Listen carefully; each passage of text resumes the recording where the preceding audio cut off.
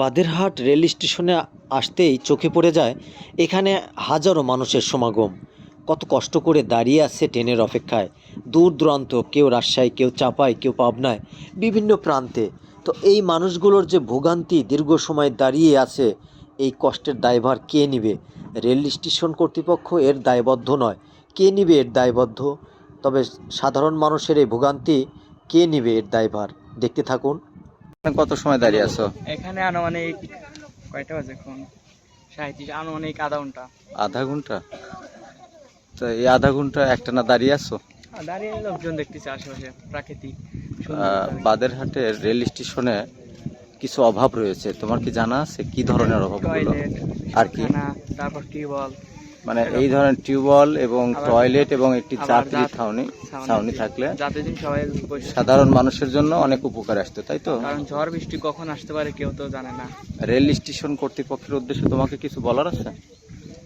এইগুলো যদি দেয় তাহলে আরো ভালো হবে, আমাদের সুবিধা হবে, যাতে আমরা সব ভালোভাবে যেতে পারি, ভালোভাবে আর কি বসতে পারি।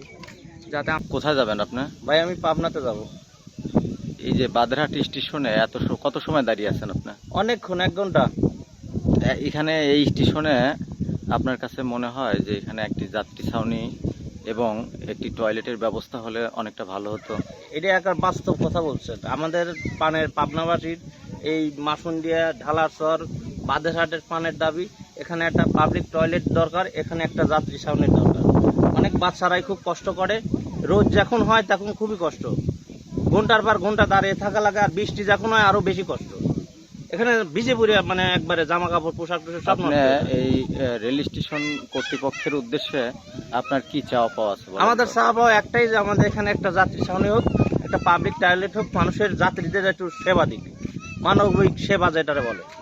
মানে এইটা হলেই তো সাধারণ যারা যাত্রী আছে অনেক খুশি হবে। কোথায় যাবেন আপনি? নিয়ে যাবে এখানে কত সময় দাঁড়িয়ে আছেন? আধা ঘন্টা বেশি। এখানে এত সময় দাঁড়িয়ে আছেন, কষ্ট হচ্ছে না আপনার? হ্যাঁ, কষ্ট। রোদ বৃষ্টি ঝড় মাথায় রেখে তো অনেকেরই দাঁড়িয়ে থাকতে হয়। এই মুহূর্তে অনেকটা হয়তো বৃষ্টি শুরু হয়ে গেল।